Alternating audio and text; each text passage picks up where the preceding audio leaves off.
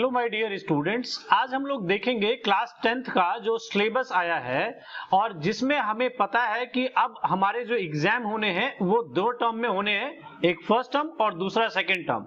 तो हम उसी की बात करेंगे कि हमारे फर्स्ट टर्म में कौन कौन से चैप्टर इंक्लूडेड हैं और सेकंड टर्म में कौन कौन से हमारे चैप्टर्स आने हैं। तो इसमें सबसे पहले स्टूडेंट्स हम लोग फर्स्ट टर्म की बात करेंगे, जिसमें फर्स्ट टर्म में हम देखेंगे कि कौन कौन से चैप्टर्स हमारे आ रहे हैं और हमारा एग्जाम किस तरीके का होना है। तो जैसा कि सभी लोगों को पता है कि फर्स्ट टर्म जो एग्जाम होगा वो हमारा एमसीक्यू बेस्ड होगा और ये जो एग्जाम होना है ये नवंबर दिसंबर में होगा, ठीक है। और इसका जो टाइमिंग होगा ये 90 मिनट्स का होगा। इसमें जो आपके चैप्टर्स इंक्लूडेड हैं इसकी बात कर लेते हैं। सबसे पहला यूनिट है हमारा नंबर सिस्टम, जिसमें जो चैप्टर नंबर 1 है इसके आपको एग्जाम में 6 मार्क्स के क्वेश्चंस देखने को मिलेंगे। दूसरा यूनिट है हमारा अलजेब्रा, जिसमें चैप्टर 2 जो पॉलिनोमियल है और चैप्टर 3 जो लीनियर इक्वेशन इन 2 वेरिएबल्स है ये इंक्लूडेड है और ये आपको 10 मार्क्स का एग्जाम में इसके क्वेश्चंस देखने को मिलेंगे। कोऑर्डिनेट ज्योमेट्री की बात करें तो इस यूनिट में ये चैप्टर नंबर 7 आता है, जिस चैप्टर का भी नाम कोऑर्डिनेट ज्योमेट्री ही है और इसके आपको एग्जाम में 6 मार्क्स के क्वेश्चंस मिलेंगे। अगर मैं ज्योमेट्री यूनिट की बात करूं तो इसमें सिर्फ चैप्टर 6 है टर्म 1 में और चैप्टर 6 जो है ये ट्राइंगल चैप्टर है, इसके आपको एग्जाम में 6 मार्क्स के क्वेश्चंस मिलेंगे। अगर मैं ट्रिग्नोमेट्री यूनिट की बात करूं तो सिर्फ चैप्टर नंबर 8 जो इंट्रोडक्शन टू ट्रिग्नोमेट्री है उसके आपको एग्जाम में क्वेश्चंस आएंगे, जो 5 मार्क्स के आपको एग्जाम में क्वेश्चन देखने को मिल सकते हैं। अगर मैं मेंसुरेशन यूनिट की बात करूं तो मेंसुरेशन में आपको चैप्टर नंबर 12 जो एरिया रिलेटेड टू सर्कल है इसके आपको क्वेश्चंस आएंगे और ये 4 मार्क्स का आपको एग्जाम में क्वेश्चंस मिलेंगे इस चैप्टर से। अगर मैं स्टैटिस्टिक्स और प्रोबेबिलिटी यूनिट की बात करूं तो इसमें फर्स्ट टर्म में चैप्टर 15 जो प्रोबेबिलिटी है वो इंक्लूडेड है और उसके आपको एग्जाम में 3 मार्क्स के क्वेश्चन देखने को मिल सकते हैं। इस तरीके से टोटल जो फर्स्ट टर्म का एग्जाम होगा वो आपका 40 मार्क्स का होगा और साथ में आपका 10 मार्क्स का इंटरनल असेसमेंट है, तो टोटल फर्स्ट टर्म आपका 50 मार्क्स का बनता है। अगर मैं इंटरनल असेसमेंट की बात करूं आप लोगों से तो इंटरनल असेसमेंट में आप लोगों को पीरियोडिक टेस्ट जो होने हैं उसके मार्क्स, आपका क्लास में परफॉर्मेंस है वो, आपका जो कॉपी वर्क है वो, आपका प्रैक्टिकल वर्क है, ये सब चीज आपका इंक्लूड होके 10 मार्क्स बनता है। और इस बात को ध्यान देना, कई सारे स्टूडेंट्स ये सोचेंगे कि ये 10 मार्क्स को छोड़ के हम सिर्फ ये 40 मार्क्स की बात कर लेते हैं। तो अगर आपका ये पेंडेमिक पीरियड ज्यादा एडवर्स हुआ, ज्यादा खराब हुआ, तो आपका अगर ये एग्जाम नहीं हो पाया तो आपको इसी के बेसिस पे ये जो इंटरनल असेसमेंट जो 10 मार्क्स है इसी के बेसिस पे आपका फाइनल रिजल्ट तैयार किया जाएगा।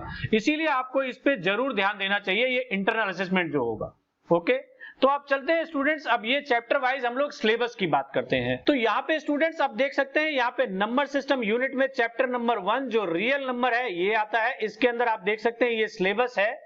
अलजेब्रा यूनिट की बात करें तो अलजेब्रा में पॉलिनोमियल और pair of linear equation in 2 variables, ये 2 चैप्टर आपके इंक्लूडेड है और इसका आप सिलेबस यहाँ पे देख सकते हैं। अगर आपको इसका रिड्यूस्ड सिलेबस देखना है कि क्या क्या चीजें आपकी रिमूव कर दी गई हैं पुराने सिलेबस से अभी, तो उसके लिए मैं आपको अलग से डेडिकेटेड वीडियो बनाऊंगा जिसमें आपको पूरा मैं दिखाऊंगा आपको एनसीईआरटी बुक से कि आपको कौन कौन सी चीजें आपकी रिमूव कर दी गई है, जो चीजें आपको नहीं पढ़नी। ओके, अभी सिर्फ आप यहाँ पे सिलेबस देख लीजिए, अदरवाइज वीडियो बहुत लंबा हो जाएगा। यहाँ कोऑर्डिनेट ज्योमेट्री में देखिए आपका चैप्टर नंबर ये 7 है, चैप्टर 7 कोऑर्डिनेट ज्योमेट्री आपके एनसीईआरटी बुक में, इसमें आप देख सकते हैं ये आपका सिलेबस है और इसमें भी आपका रिमूव किया गया है आखिरी एक्सरसाइज में से क्वेश्चंस, तो उसकी बात भी मैं आपको वहां पे समझाऊंगा अलग वीडियो में। ज्योमेट्री की बात करें, ज्योमेट्री में ट्राइंगल चैप्टर आपका है चैप्टर नंबर 6, इसमें आप देख सकते हैं इसमें भी आपका रिमूव हुआ है कुछ थ्योरम्स, तो उसकी बात मैं आप लोगों को नेक्स्ट अलग वीडियो में बताऊंगा। यहाँ पे ट्रिग्नोमेट्री की बात करें तो सिर्फ आपका यहाँ पे ट्रिग्नोमेट्री में कौन सा सिर्फ चैप्टर नंबर 8 है, सिर्फ वो आ रहा है और इसमें आप देख सकते हैं कि सिर्फ ये आपकी आइडेंटिटी ये है और बाकी सारी आइडेंटिटीज आपकी हटा दी गई हैं। तो जो प्रूफ करने वाले क्वेश्चंस थे वो भी जो डिफिकल्ट क्वेश्चंस थे जो बच्चों को डिफिकल्ट लगते हैं वो हटा दिए गए हैं, तो उसकी बात में भी अलग वीडियो में बताऊंगा कि क्या क्या चीजें हटाई गई हैं। मेंसुरेशन की बात करें, एरिया रिलेटेड टू सर्कल आपका ये चैप्टर आता है, इसमें 120 मतलब 60 और 90 डिग्री वाले एंगल्स के क्वेश्चंस आएंगे, सिर्फ जो हमने जो सेगमेंट का एरिया निकालते थे उसमें, और उसमें 120 डिग्री वाला आपका रिमूव कर दिया गया है, तो ये भी जो डिफिकल्ट क्वेश्चन बनता था वो हटा दिया गया। प्रोबेबिलिटी की बात करें, जो हमारा स्टैटिस्टिक्स एंड प्रोबेबिलिटी यूनिट में है, तो प्रोबेबिलिटी में आपको ये दिख रहा है, आपको ये सिलेबस है। फर्स्ट टर्म एग्जाम जो होगा वो नवंबर दिसंबर में होगा। एग्जामिनेशन टाइप जो होगा एमसीक्यू बेस्ड और 90 मिनट्स का होगा। सेकंड टर्म में आप देख सकते हैं एल्जेब्रा यूनिट में आपका चैप्टर नंबर 4 और चैप्टर 5। चैप्टर 4 है क्वाड्रेटिक इक्वेशन, चैप्टर 5 है अर्थमेटिक प्रोग्रेशन। ये आपका सेकंड टर्म का सिलेबस है। ज्योमेट्री में अगर बात करें तो चैप्टर 10 एंड 11, 10 है हमारा सर्कल और 11 है कंस्ट्रक्शन। ये दो चैप्टर आपके इसमें आएंगे। अगर मैं अलजेब्रा की बात करूं तो उसके 10 मार्क्स के क्वेश्चंस आएंगे क्वाड्रेटिक इक्वेशन और अर्थमेटिक प्रोग्रेशन में। और अगर मैं सर्कल और कंस्ट्रक्शन की बात करूं तो इसके 9 मार्क्स के क्वेश्चंस आपको एग्जाम में देखने को मिल सकते हैं। अगर मैं ट्रिग्नोमेट्री की बात करूं तो ट्रिग्नोमेट्री में आपका चैप्टर नंबर 9, जो ये चैप्टर नंबर 9 है, इसका ये एप्लीकेशन ऑफ ट्रिग्नोमेट्री है, इसके आपको 7 मार्क्स के क्वेश्चंस देखने को मिलेंगे। तो मेंसुरेशन में चैप्टर 13 जो है वो सरफेस एरिया एंड वॉल्यूम है, इसके आपको 6 मार्क्स के क्वेश्चंस देखने को मिलेंगे। अगर मैं स्टैटिस्टिक्स और प्रोबेबिलिटी की बात करूं तो इसमें आपका चैप्टर नंबर 14, फर्स्ट टर्म में आपका प्रोबेबिलिटी इंक्लूडेड था और सेकंड टर्म में आपका चैप्टर 14 स्टैटिस्टिक्स इंक्लूडेड है, और इसके आपको एग्जाम में 8 मार्क्स के क्वेश्चंस मिलेंगे। इस तरीके से टोटल जो सेकंड टर्म एग्जाम बनेगा ये भी आपका 40 मार्क्स का ही होगा, और यहाँ पे भी आपको इंटरनल असेसमेंट के 10 नंबर मिलेंगे। इस तरीके से टोटल आपका ये 50 मार्क्स का सेकंड टर्म बनता है।